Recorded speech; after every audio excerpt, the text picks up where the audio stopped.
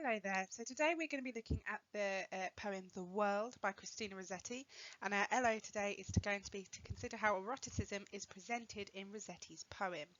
So our entry task is firstly to look at the image on the right, and what else do we know about the mythical being of Medusa?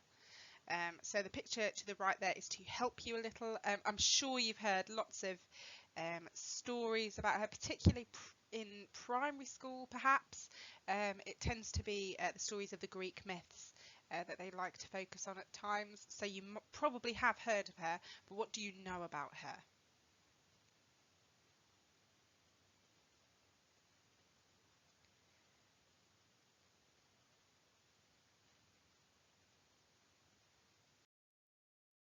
Okay, so the poem then, The World. By day she woos me, soft, exceeding fair, but all night as the moon so changeth she, loathsome and foul with hideous leprosy, and subtle serpents gliding in her hair. By day she woos me to the outer air, ripe fruits, sweet flowers, and full satiety, but through the night a beast she grins at me. A very monster void of love and prayer, by day she stands a lie, by night she stands in all the naked horror of the truth, with pushing horns and clawed and clutching hands. Is this a friend indeed, that I should sell my soul to her, give her my life and youth, till my feet, cloven too, take hold on hell? Okay, so obviously we'd like to consider our initial thoughts on the poem. So what form does it, does it fit into the usual Petrarchan sonnets conventions? What do you think the poem is about in general? Can you come up with a summary of it? The speaker, what is the narrator's gender? Um, and then what can we say about that? And contextual links, think more religion for this poem. Think about the religious aspects of it. So the summary then. So the poem begins with the speaker stating that during the day, the world woos her. She is taken in by the softness and fairness or beauty of the scenes. And then night comes and everything changes. The landscape is transformed and she is confronted with everything loathsome and foul. Snakes glide through the scenes before her, and it is not until the day dawns that again she feels safe. The next quatrain presents a similar image. The day is beautiful, filled with sweet flowers and ripe fruits, and while the night is a place of nothingness, there is no prayer, there is no joy. In the last 6 lines of the text, the turn occurs, the volta occurs. The speaker describes how after looking at the situation from afar, she has come to the conclusion that day is falsehood. It is nothing but a front put on by the darkness in order to draw one into the temptation. Okay, so all day is false, and then to lead you into the darkness and naughtiness of the night. So the themes there I've put, day, night, truth versus lie, and you can have appearance versus reality. The notion that things can appear as one thing, but actually the truth is very different, which is evident within the poem. And then sexuality. The poem may be discussing the notion that sexuality must be hidden for women, and if they dare to show it, they are cast as the devilish character. Um, so Medusa, she is a woman, kind of monstery thing, but she is a woman, but she's being cast as this nighttime devil, so because she's acting, showing her sexuality at night, which is, of course, a naughty thing to do.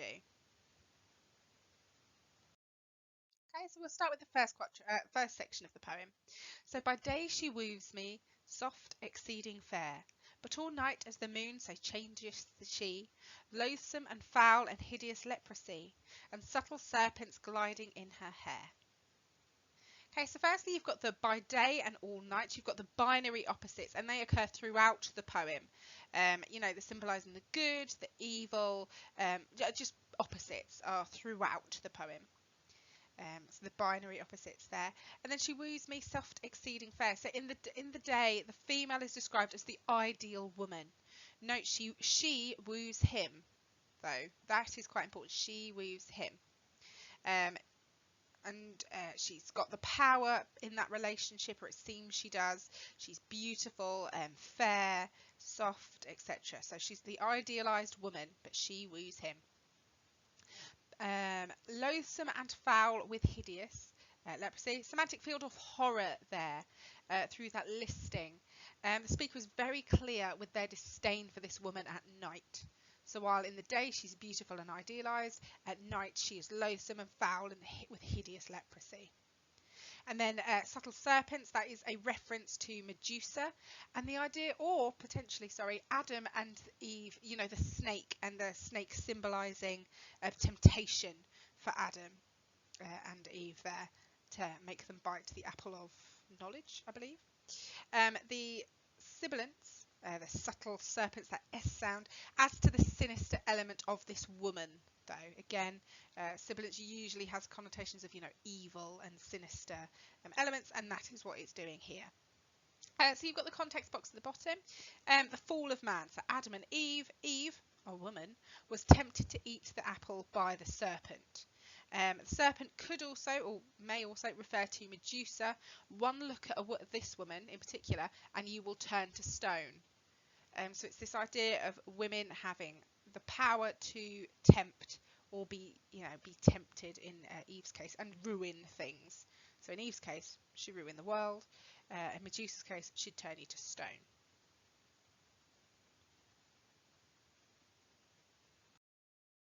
Okay, so there are a couple of questions written for you on the side there. So do consider them when you've read through the poem again to yourself. So number one, why is the poem titled The World?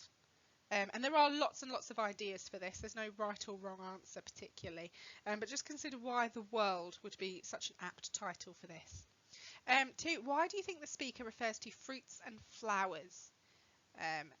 Link back to the idea of the first line of the poem, and that might help you a little. Line 9, the wordplay here is clever. Have a look at it. What does the wordplay mean? So if you look at line 9, so by day she stands a lie, by night she stands. What does that mean? Number 4, why do you think the majority of the poem is about the monster? Okay, why is the beautiful woman or beautiful elements of the world are only sort of slightly referenced a few times, and then the rest is about the badness? Consider why that might be. Number 5, what is the female seductress being revealed to be? So towards the end, there's the revelation kind of idea that she's something else. What is she? And number 6, what is the purpose of ending the poem with the rhetorical question? Okay, so do pause this slide and have a think about those questions, because if you can answer those, it will really help you in understanding the poem as a whole.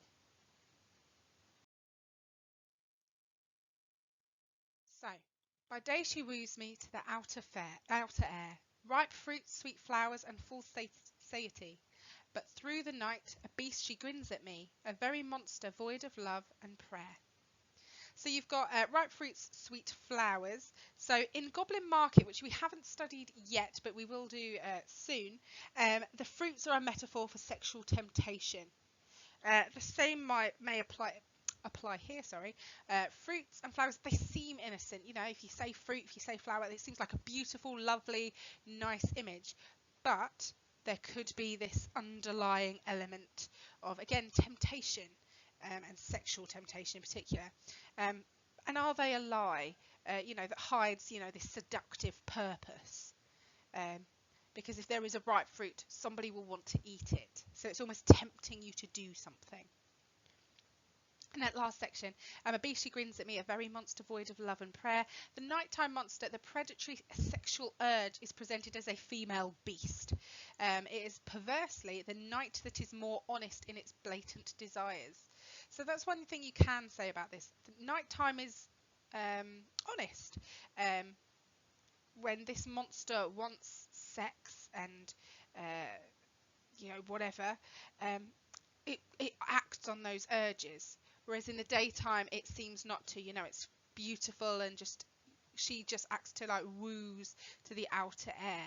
but the night she grins very directly at me, at the speaker, at the reader, sorry, very much devoid of love and prayer. There is no prayer, there is no religion that could save this, I guess would be the right word. And love isn't what they're seeking. It isn't love that it is. It's, sexual desire that's within. And then yellow at the bottom, I've just put the link, the context link to Goblin Market, because Goblin Market has a big passage about the fruits and the flowers and what they represent to the two sisters within the poem. But when you study that one, that link will make sense. By day she stands alive, by night she stands, in all the naked horror of the truth, with pushing horns and clawed and clutching hands. So you've got the juxtaposition again of night and day, and again they're represented in terms of of daytime, which hides the monster that will appear at night. So again, as I said at the beginning of this lesson, this notion that the day is the lie and the nighttime is the truth. And then you've got the stands there. So it's used in two forms and two senses. So the first use of it, so by day she stands a lie, it means to tell a lie. She is standing there as a lie. And then the second one, by night she stands, she's literally standing up, because she's then true. She's standing up to do something. So it's two forms of the word. So you can stand for something, as in you can stand for a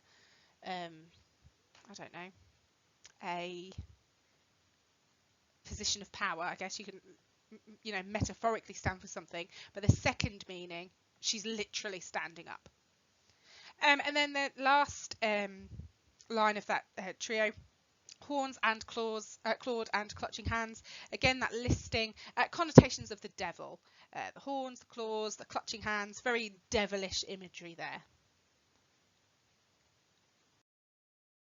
Is this a friend indeed, that I should sell my soul to her, give her my life and youth, till my feet, cloven too, take hold on hell? So, is this a friend indeed? You've got that the beginning of the rhetorical question. It indicates that the narrator is tempted.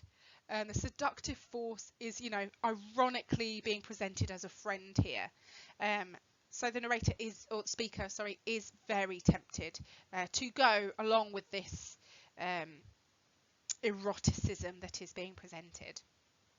And essentially the beast, whatever, he's basically saying, should he sell his soul and become a devil and go to hell? That's what that question is asking. So is this a friend indeed, that because of them I'm going to sell my soul and become a devil and go to hell for them? That's the kind of question he's asking. So again, it shows that temptation and how strongly he wants to act upon these urges. And then I think it's very, very important that there is no answer to this poem. It ends on this rhetorical question. So you can consider what Rossetti might be trying to say there. She was very, very religious, deliberately turned down suitors left, right and centre, as you know. So she, seemingly steered away from this life of passion, sexuality, etc. So is she judging people for acting on their temptation, or is she saying, notice what's happening and notice what will happen to you? Do you want to go to hell if this occurs? If you want to act upon these desires. The context I put in the top right, so the devil has been traditionally depicted in religious paintings, especially in medieval times, with cloven hooves, and that's a common idea that we still have around today, the idea that sometimes the devil is presented as having hooves. So there is this clear paradox within this poem between the idea of an innocent romantic love, so the daytime kind of love, and then this very sinful erotic desire for more, I suppose you could say. So my question is, can you have one without the other? So the male speaker talks of loving her by day and not by night. But the issue with that is you can't have day without night. You cannot have one without the other. And then you've got to consider the biblical fall of man. everything, this fall, it can, appears angelic, and yet it is very evil what occurred with that. And therefore, it appears from this poem, from, the fall of man, etc., that the female is considered the root of all evil. And again, you've got to remember, Rossetti is writing this poem. So what is her purpose for doing that? Does she actually believe that? Or is she stating that people should be careful? Okay, for further research on Rossetti and her views on religious poetry, I would suggest you go to the website on the screen. And how her views are expressed within them. There is a quote on that website that I've put here. The world is a terrifying sonnet, that poetic form traditionally used to write about love, in which Rossetti emphasises the need to resist being taken in by earthly temptations. So again, you've got this idea that Petrarchan sonnets are usually associated with love, romantic love, etc. And yet this one feels very much against that idea, and we've got to resist being taken in by these earthly temptations and actually love God and love ourselves. For your homework, if you have time / if your teacher sets this, obviously add notes to your grid about this poem. It must be full. And then what I'd like you to do is have a look very briefly before the poem Echo, to have a look at the Greek myth of Narcissus and Echo. You again might have done this in primary school briefly, but just a quick Google of what you can find out about what exactly occurred in that Greek myth.